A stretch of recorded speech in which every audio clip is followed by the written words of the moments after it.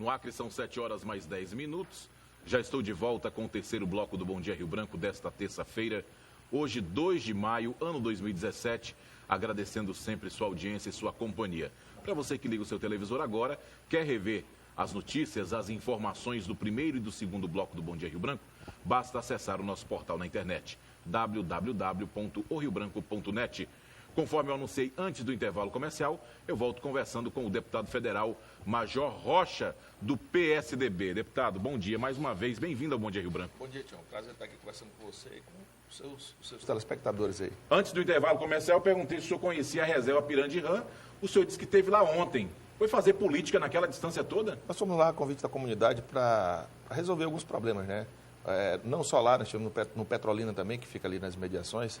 E hoje o problema, acho que talvez o maior problema que o Estado enfrenta, pelo menos na zona rural, é a questão do acesso, os ramais. O governo do Estado, infelizmente, tem negligenciado. Você lembra, eu conversei com um morador lá do ramal da Eletra, que também fica ali próximo, e eu ouvi ontem dele o seguinte: olha, há 20 anos atrás, aqui rodava ônibus. E eu vou dizer, a dificuldade para entrar é muito grande. E aí fui levar também as boas novas, né? A bancada acriana, conseguiu aí, através de emenda de bancada, um montante de 81 milhões para investimento na melhoria de ramais.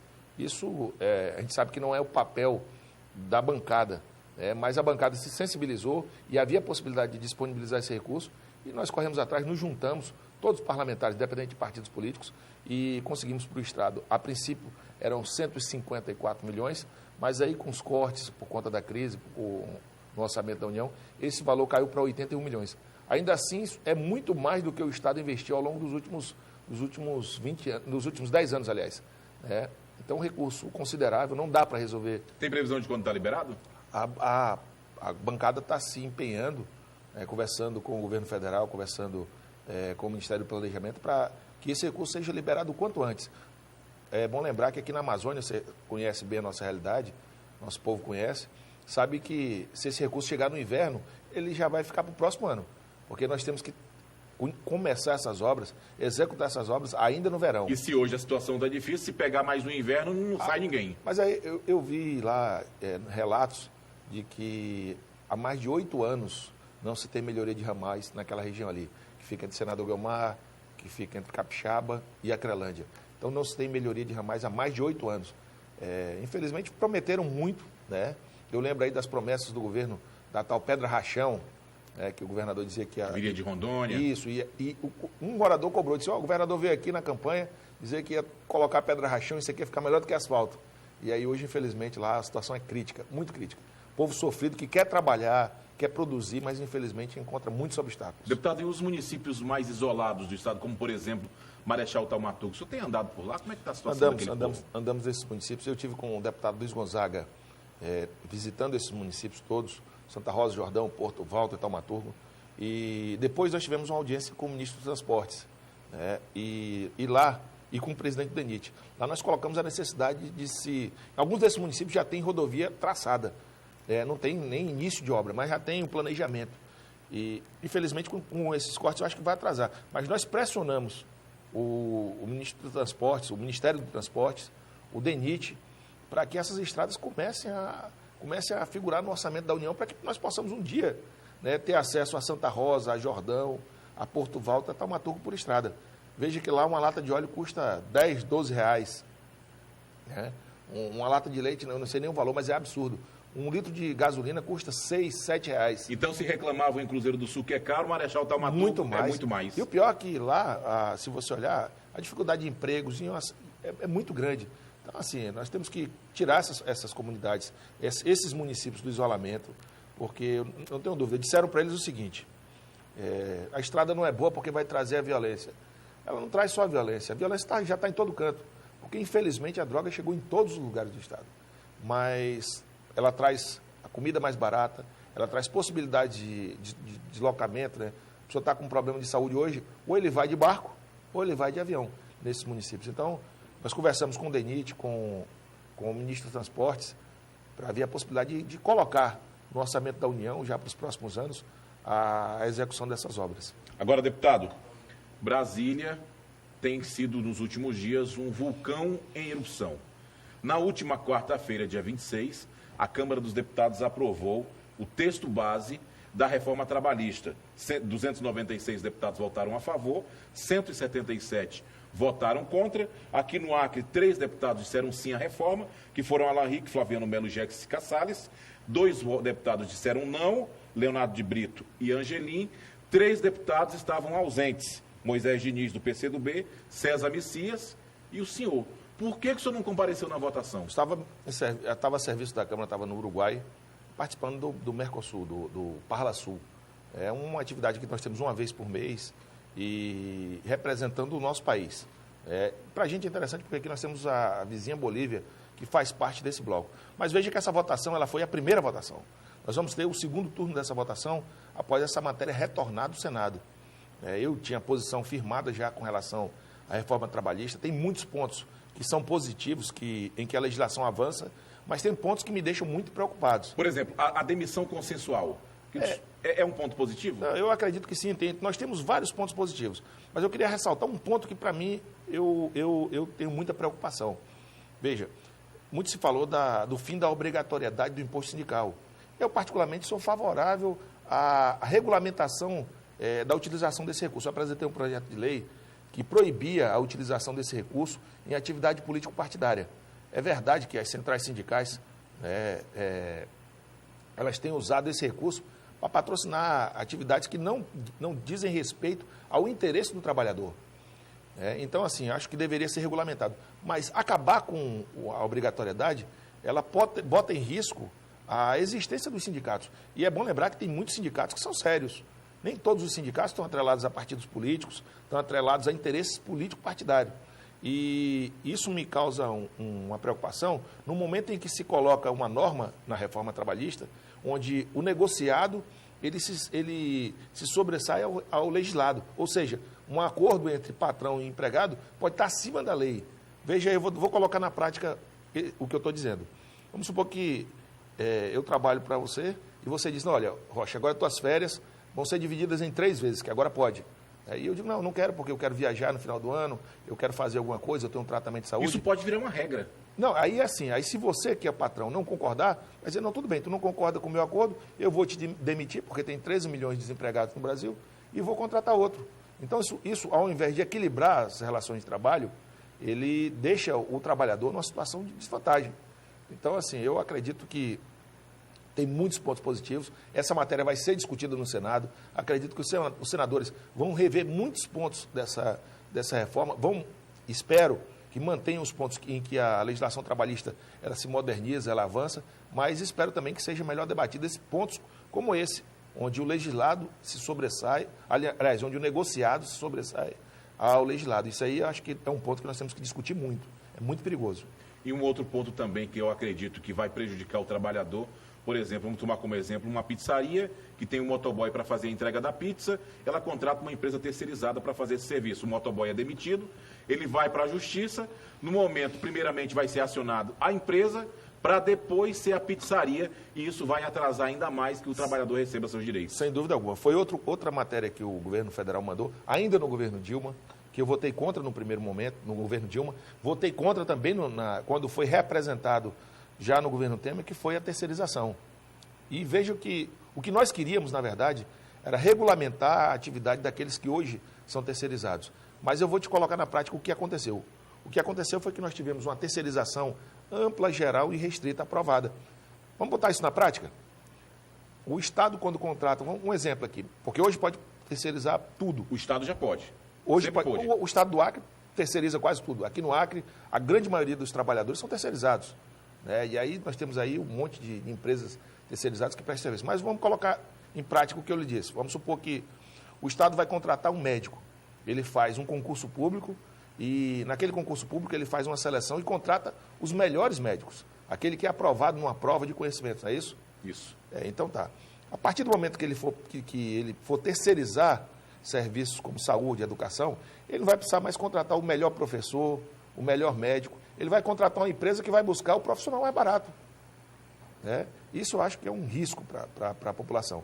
O brasileiro paga uma carga tributária extorsiva, o brasileiro paga uma carga tributária das mais elevadas do mundo, E eu acho que nós temos o direito de ter serviço de qualidade. E, infelizmente, eu acredito que, a partir do momento em que o Estado passar a terceirizar, e aí, preocupação, ontem estive na confraternização, na festa, comemoração do Dia do Trabalho do Sintesac. Servidores da saúde. E alguns servidores me reportaram a preocupação com relação a algumas tratativas no sentido de terceirizar a saúde. Nós já temos uma terceirizada que é o ProSaúde, onde o profissional ganha menos, trabalha mais, né?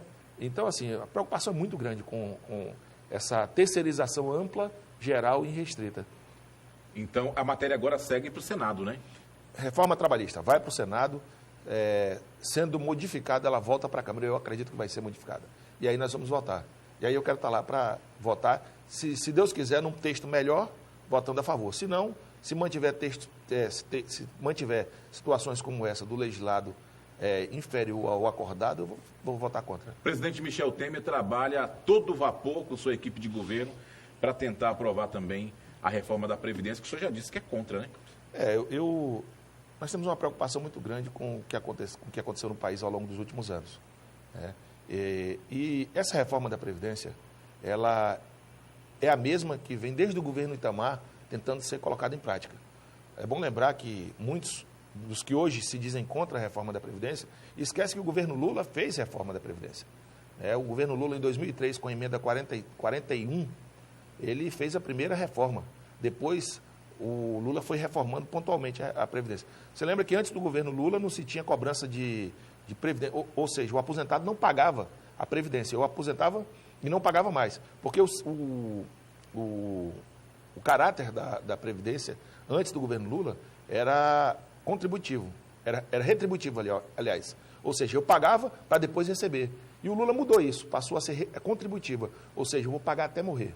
Isso foi o governo Lula, foi um presente do Lula para os trabalhadores, e hoje pagam 11, 14 aqui, como no estado do Acre. Infelizmente, o governo do estado, que tem os seus parlamentares contrários à reforma da Previdência, a renegociação da dívida do Estado, aumentou a contribuição para 14, previdenciária. foi isso. Mas o que nós entendemos dessa reforma é que é uma tentativa clara de se transferir para o trabalhador uma conta que não é nossa, né? Veja que o governo e todos os governos que passaram não olharam para os grandes devedores da Previdência. Mas falam que o déficit chega a 149 bilhões de reais e em 2020 pode chegar a 181. O senhor concorda com esses números? Não, esses números eles são meias verdades. Por quê? Porque quando o governo apresenta os números do rombo, como ele chama, ele apresenta simplesmente os dados, ele apresenta todas as despesas de pagamento da Previdência e da Seguridade Social, BPC e outros mais. Agora, quando ele apresenta os números da arrecadação, ele exclui parte dessa arrecadação. Por exemplo, ele mostra só a arrecadação de trabalhadores e empregadores. E aí, logicamente, vai ser deficitária. Agora, voltando ao que eu estava lhe dizendo, os governos, todos eles que passaram, esqueceram as grandes empresas, bancos, grandes empresas no Brasil, clubes de futebol, que devem à Previdência mais de 600 bilhões. E ninguém cobrou deles. Então, acho que o governo, antes de cobrar do trabalhador, do pequeno, tinha que cobrar dos grandes devedores, tinha que regulamentar os grandes salários. Hoje, é impossível você conceber alguém se aposentar com 200 mil reais. E nós temos, infelizmente, no Brasil isso. No Judiciário, no Ministério Público, nós temos... São as aposentadorias especiais? Aposentadorias, esses são marajás. Então, isso o governo tem que fazer, tem que trabalhar para acabar com isso, porque nós pagamos a conta. E tem outras coisas mais, aí vem a auditoria da dívida pública, que o PT sempre falou e nunca fez. É outro ponto polêmico. O Equador fez uma auditoria, a dívida caiu em 80%, ou seja, só 20% da dívida era legítima.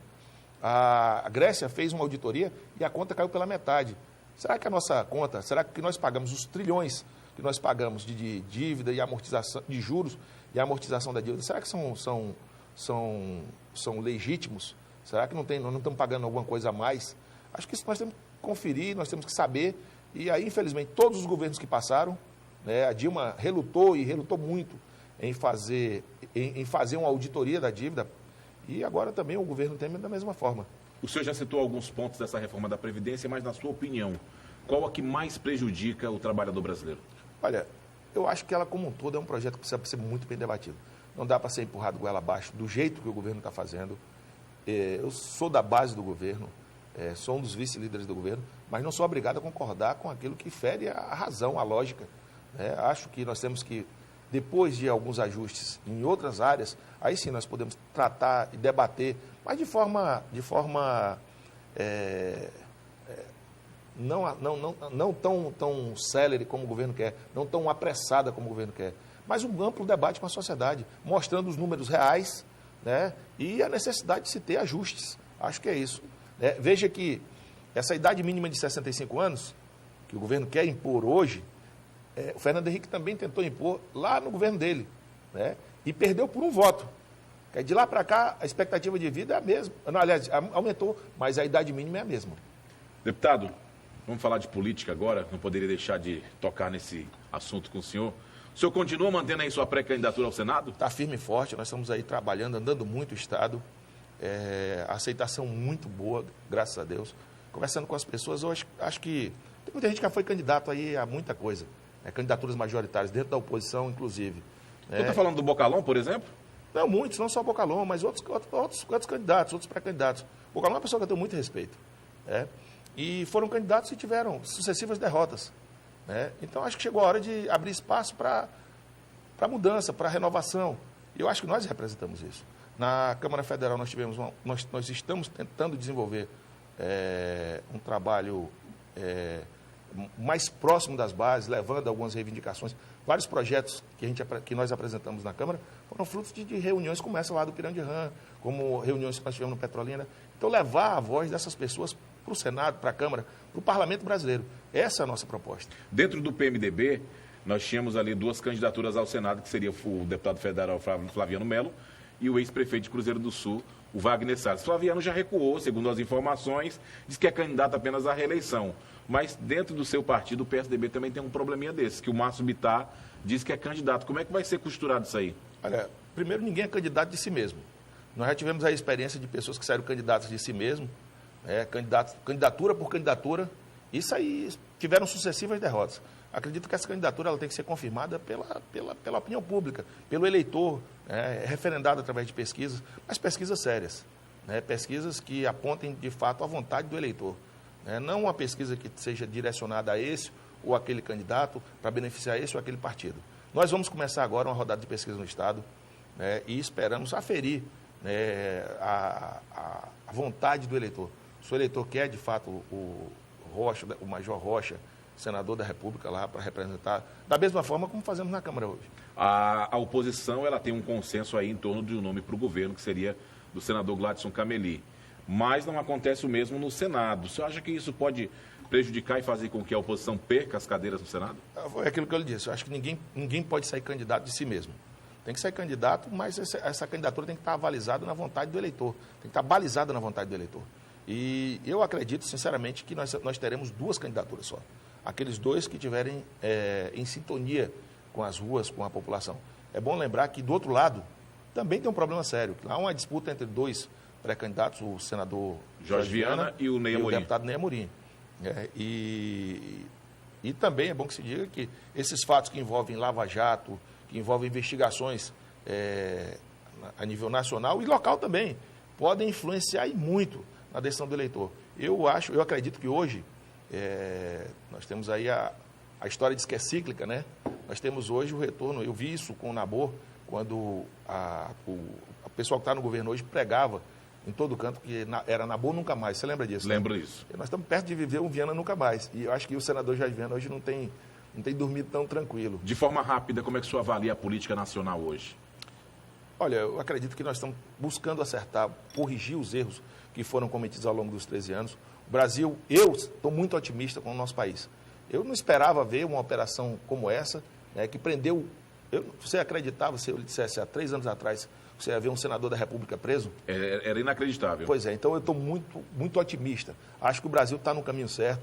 Lógico, nós temos uma conta para pagar aí do que fizeram. Dinheiro que foi para a Venezuela, para Cuba, para a Bolívia, para vários países aí. E que fazem falta hoje na BR-364, que veio de enterrar aí 2 bilhões. Mas esse recurso que foi para fora, ele faz falta na infraestrutura do país. Então, estou muito otimista, acho que nós estamos buscando acertar. Temos que corrigir muita coisa nessas reformas aí, mas estou otimista com a situação do nosso país. E o mandato do deputado federal Major Rocha? que o senhor fez que o senhor ainda não pretende fazer nesses quase 2 anos que ainda tem de mandato? Acho que continuar trabalhando cada vez mais. A gente tem uma equipe muito boa e aí a minha equipe, ela acho que é o motor que nos impulsiona aí. Já até parabenizo o senhor. É difícil um deputado que reconhece e que fala e que parabeniza a sua equipe. Geralmente é só o eu, esquece dos demais. Naquela representação que eu fiz pro Lula, contra o Lula, que pegou... O bandido do Acre. Quem fez a representação, lógico, a gente pediu, mas quem fez foi uma assessora minha que trabalha comigo lá no meu gabinete em Brasília. E ela já fez outras representações que pegaram também, né? Eu disse, olha, o dia que naquele caso o Celso Daniel, o PT mandou matar disse que mandou matar um... Eu digo, na hora que vier atrás de mim, eu vou dizer, procure lá no gabinete? No gabinete 607, está lá a doutora Lídia, fica na porta, não tem nem como ela correr. Então, tem uma equipe muito boa que me ajuda muito e a ideia nossa é continuar trabalhando. Deputado, que mensagem que você deixa para o nosso telespectador? Olha, eu acredito que nós brasileiros, nós temos que acreditar no nosso país. Como eu disse, eu estou muito otimista. Eu estou vendo coisas que eu não pensava e não acreditaria se me dissesse. Acho que o eleitor vai ter um papel fundamental na conclusão dessa transformação do Brasil. Nós precisamos virar essa página, mas a responsabilidade está na mão do eleitor. De não votar em políticos envolvidos em corrupção, de votar em pessoas honestas, de procurar pessoas que trabalhem pelo Estado, também tem isso. Não é só ser honesto, tem que trabalhar pelo Estado. Querer mudar a situação do nosso Estado, do nosso país. Então, acho que a responsabilidade está na mão do eleitor. E eu acredito no eleitor tendo. Acho que nós vamos ter uma grande mudança no Brasil e também no nosso Estado. Deputado, adoraria continuar a conversa com o senhor, mas nosso tempo está estourado. Quero agradecer sua vinda ao Bom Dia Rio Branco e volte sempre. Tião, só lhe agradecer, dizer que eu estou a sua camisa muito bonita, viu? Obrigado. Então, assim, lhe agradecer a você, ao Narciso, ao Márcio, à equipe da TV Rio Branco, que sempre abre esse espaço maravilhoso para a gente conversar com o povo do nosso Estado. 7h31. E com isso eu termino o Bom Dia Rio Branco desta terça-feira, 2 de maio, agradecendo sempre a sua audiência, a sua companhia. Se Deus quiser, eu volto amanhã, a partir das 6h30 da manhã, com mais um Bom Dia Rio Branco ao vivo, aqui na TV Rio Branco. Uma ótima terça-feira e até amanhã, se Deus quiser.